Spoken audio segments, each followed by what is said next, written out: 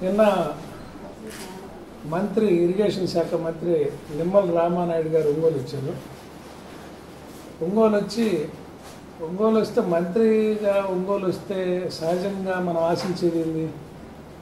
మన జిల్లాలో ఉన్న వెలుగొండ గురించి చెప్తాడని, అది ఎప్పుడు పనులు పూర్తి చేస్తాడని మనం ఆయన నుంచి ఆశిస్తే ఆయన ప్రజల్ని డైవర్ట్ చేస్తూ ఒక ప్రమాదాన్ని భూతద్దంలో చూపిస్తూ జగన్మోహన్ రెడ్డి గారిని తప్పున్నట్టుగా, ప్రమాదంలో తప్పున్నట్టుగా చెప్పడానికి ఆయన 15 నిమిషాలు అగచాట్లు పడ్డాడు. చెప్పిందే చెప్పి ప్రమాదవశాత్తు మా పార్టీ కార్యకర్త చనిపోయారు, మేము కాదల్లా. కాన్వాయ్లో చనిపోయారు, వేరే వెహికల్ దగ్గర చనిపోయారని మీ ఎస్పీ చెప్పాడు. ఎస్పీ గారు ఎఫ్ఐఆర్ కట్టాడు, వెహికల్ సీజ్ చేశారు, ఆ వెహికల్ని హ్యాండ్ ఓవర్ చేసుకుని సీజ్ చేయటం అయింది. మీరు ఒక వీడియో రిలీజ్ చేసి అది 24 గంటల తర్వాత రిలీజ్ చేసి జగన్మోహన్ రెడ్డి గారి బండి తగిలిందని చెప్పి బాధ్యత లేకుండా పక్కన లాగారని, ఏదో చంపేసి పక్కన పెట్టినట్టుగా మీరు చెప్తున్నారు. మీరే వీడియోలు గమనించవచ్చు. మనిషికి స్వల్ప గాయాలైనాయి, రోడ్డు పక్కన కూర్చోబెట్టి 108 ఫోన్ చేశారు, 108 వచ్చింది, ఎక్కించుకెళ్ళారు, దారిలో చనిపోయాడని చెప్తున్నారు. మాకున్న అనుమానాలు ఏంటంటే అక్కడ వాళ్ళు అయిన వాళ్ళు ఎవరు లేరు. స్వల్పకాలైన మనిషి ఎట్లా చనిపోయాడు అనేది మా పార్టీకి కూడా అనుమానాలు ఉన్నాయి.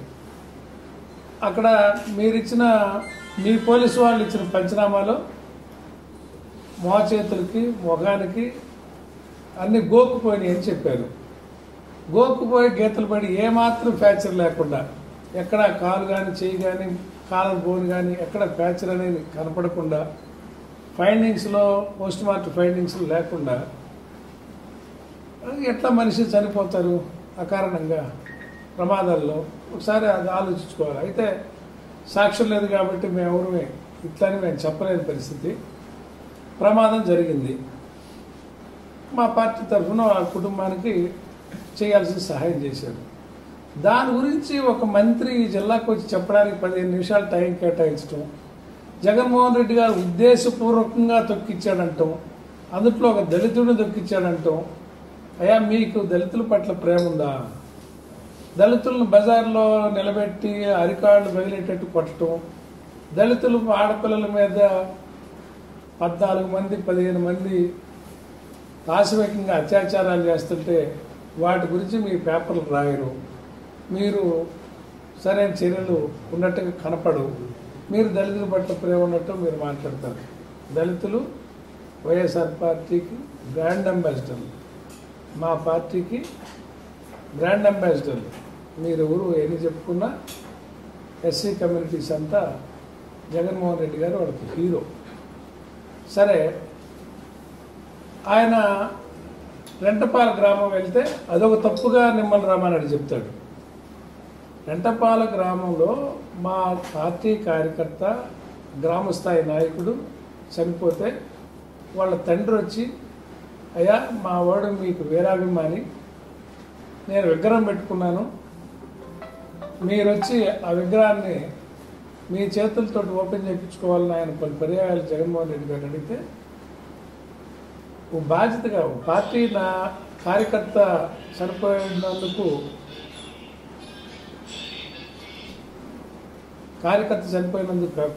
కాకుండా వాళ్ళ తండ్రి గారి కోరిక మేరకు ఆ ఊరు వెళ్ళటం జరిగింది.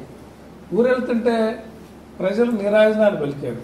అంటే దారి పొడుగు జగన్మోహన్ రెడ్డి గారిని చూడాలని, ఆయన చేసిన సంక్షేమాలు ప్రజల్లో ఉన్నాయి కాబట్టి మీరు చేసిన వెనుపోటు గుర్తుకొచ్చి మీకు ఒక బుద్ధి చెప్పాలని కసితోటి ప్రజలు రోడ్డు మీదకి వస్తూ ఉంటే మీరు వాళ్ళని కంట్రోల్ చేయలేక అక్కస్తోటి ఆ టాపిక్ని డైవర్ట్ చేస్తూ ఆయన మనిషిని తొక్కియడం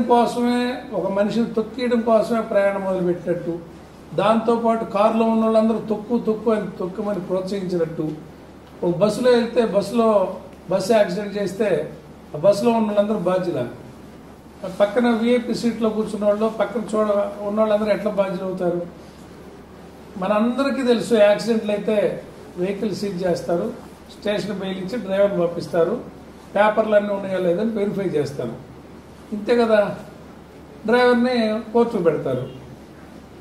అట్లా కాకుండా ఏదో వెహికల్ తీసుకెళ్ళిపోయి బుల్లెట్ ప్రూఫ్ వాకర్ని తీసుకెళ్ళిపోతున్నట్టు ఈయన నేరం A2, A3, A4, A5లని కారులో ఉన్న వాళ్ళందరినీ ముద్దాయిలుగా చిత్రీకరించడం, ఈ పెట్టి కేసులతో మీరు ఏం సాధించాలని మీరు ఒక మాట అడుగుతా.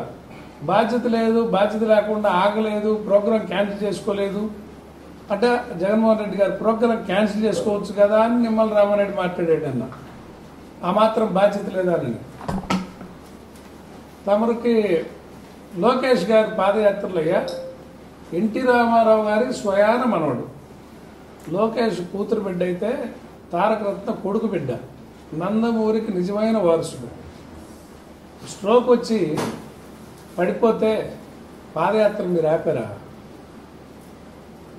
లోకేష్ ఏమన్నా పాదయాత్ర ఆపాడా?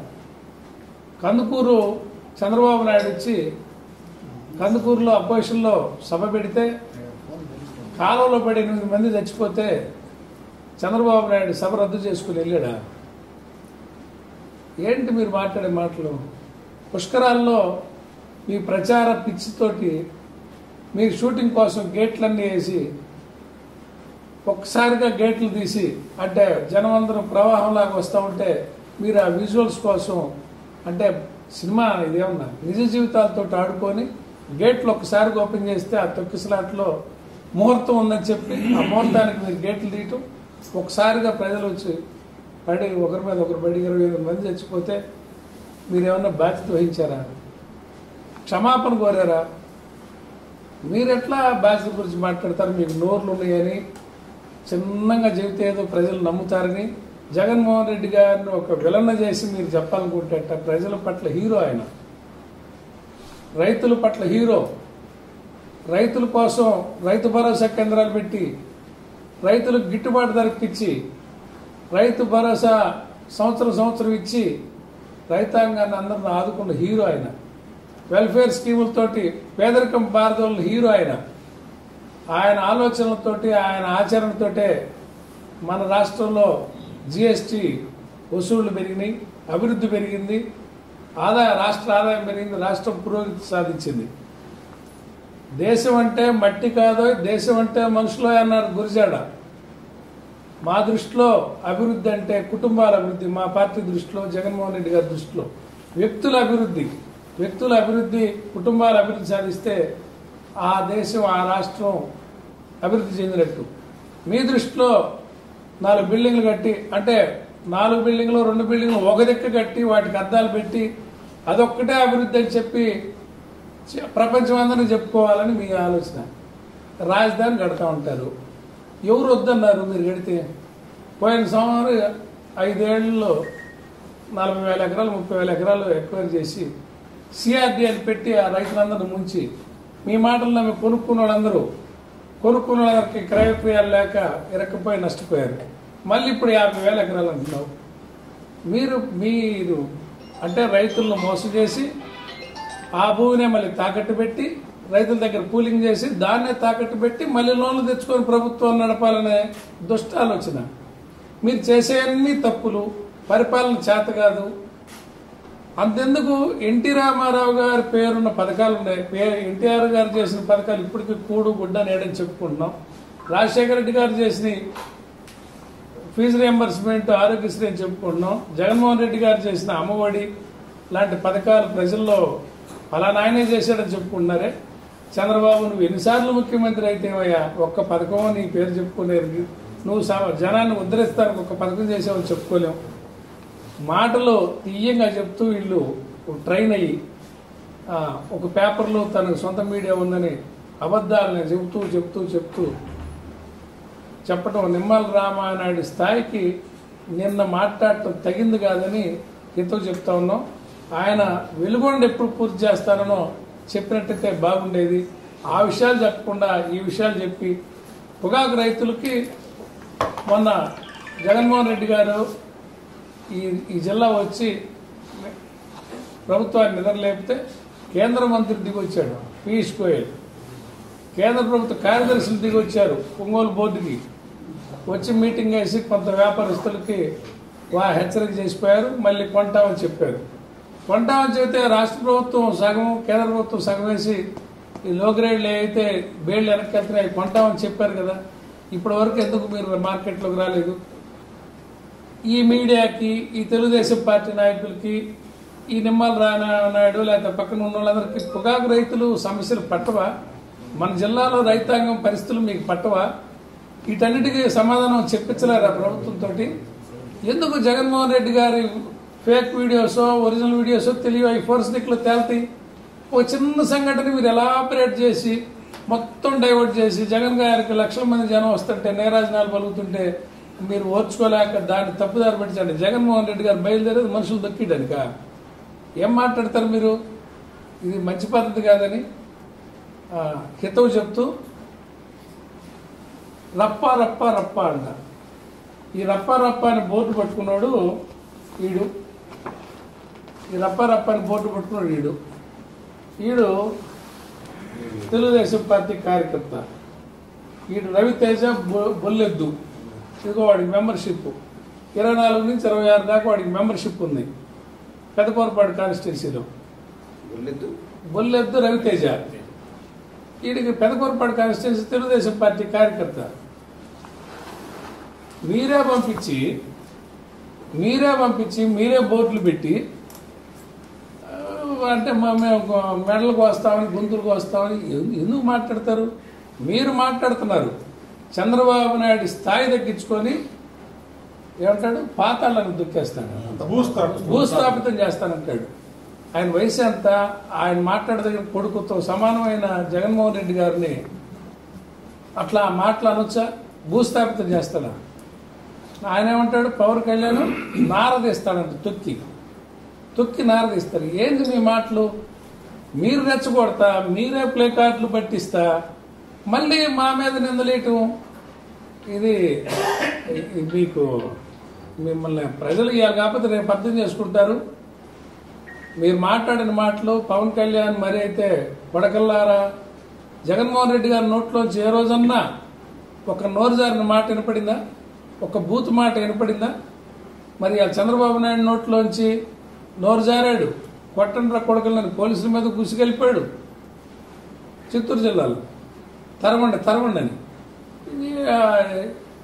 పవన్ కళ్యాణ్ బూతులు తిట్టాడు, లోకేష్ రెచ్చగొట్టాడు.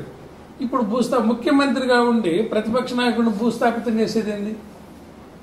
మీరు రెచ్చగొడతా, మీరు భయపెడతా, రేపు మళ్ళీ ప్రభుత్వం మారితే ఏమైద్దని మీరే భయపడతా, రేపు మళ్ళీ ప్రభుత్వం మారితే ఏమైద్దని మళ్ళీ మీకే భయం. మీరే అన్నీ రెచ్చగొట్టేది మీరే, తిట్టేది మీరే, మళ్ళీ భయపడేది మీరే. ఇది మంచి పద్ధతి కాదు. తెలుగుదేశం పార్టీ కార్యకర్తలకు చెప్తున్నా, మీరు ఆ నాయకత్వానికి మైండ్ పోయిందేమో, మీరు సరి చేసుకోండి. లేదంటే ఇది మీకు బాధగా మారుద్ది. వీళ్ళందరూ రేపు పారిపోతే మీరందరూ గ్రామాల్లో పట్టణాల్లో ఉండేవాళ్ళు బాధ్యత వహించాల్సి వస్తుందని కార్యకర్తలందరూ ఈ నాయకులకు తగిన బుద్ధి చెప్పండి అని ఈ సందర్భంగా తెలియజేస్తున్నాం. గంజాయి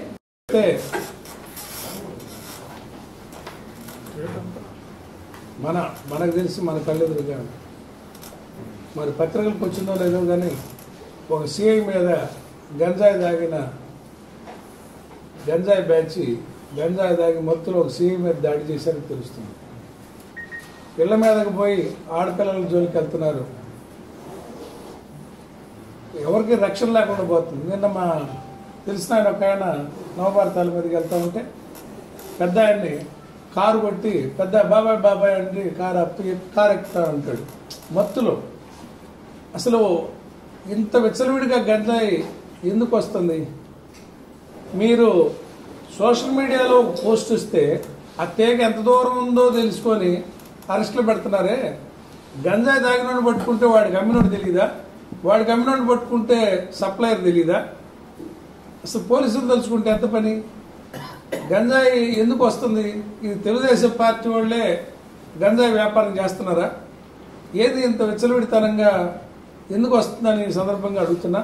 దీన్ని అరికట్టాలని పోలీసు వారిని ఈ సమావేశం ద్వారా ఎస్పీ గారిని కంట్రోల్ చేయమని, ఒంగోలు ప్రజల్ని ఆడపిల్లలు కాలేజీలకు వెళ్ళే ఆడపిల్లలకి రక్షణగా ఉండాలని, ఈ గంజాయి వల్ల కూడా యువత చెడిపోవటం, తల్లిదండ్రులు భయపడటం, ఆడపిల్లలు వీళ్ళు బాధితులు పడి ఏ రోజు ఏం జరుగుద్దో అనే ఆందోళనలో పట్టణంలో ప్రజలు ఉన్నారు. దీన్ని ఎస్పీ గారిని సీరియస్గా తీసుకొని ఆ మూలాలు మీరు తలుచుకుంటే పెద్ద కష్టం కాదు, ఆ మూలాలే అరికట్టాలని ఈ సందర్భంగా కోరుతా ఉన్నాం.